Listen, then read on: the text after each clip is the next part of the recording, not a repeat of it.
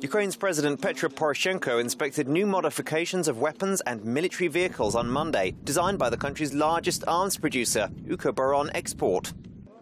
He watched a live fire exercise set in a new armoured vehicle and spoke to designers and military officials. His visit to the arms testing ground in the Chernihiv region of the country comes on the day NATO chief Jens Stoltenberg warned that Russia had built up forces on the border with Ukraine and sent more military hardware into eastern Ukraine, enabling pro-Russia separatists to launch attacks with little warning if they choose.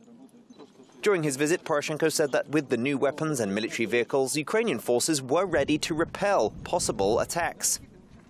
He accused the Russian-backed militants in the east of violating the Minsk ceasefire agreement and not withdrawing heavy arms and military vehicles, but instead parading them during Victory Day celebrations.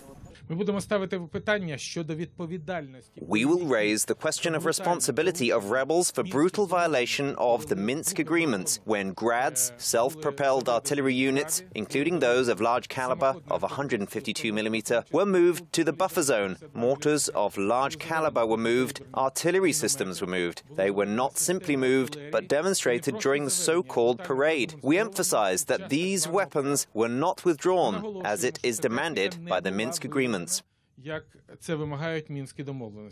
Ukraine has repeatedly warned of a growing danger of renewed violence and accused Russia of sending more weapons and manpower to Ukraine. Russia denies Western and Ukrainian accusations despite documentary evidence which proves Russia's involvement. Relations between Russia and the West are at their lowest ebb since the end of the Cold War, due to Moscow's annexation of Ukraine's Crimean Peninsula in March 2014 and its invasion and hybrid warfare in East Ukraine. More than 6,000 civilians, militants and Ukrainian servicemen have been killed so far.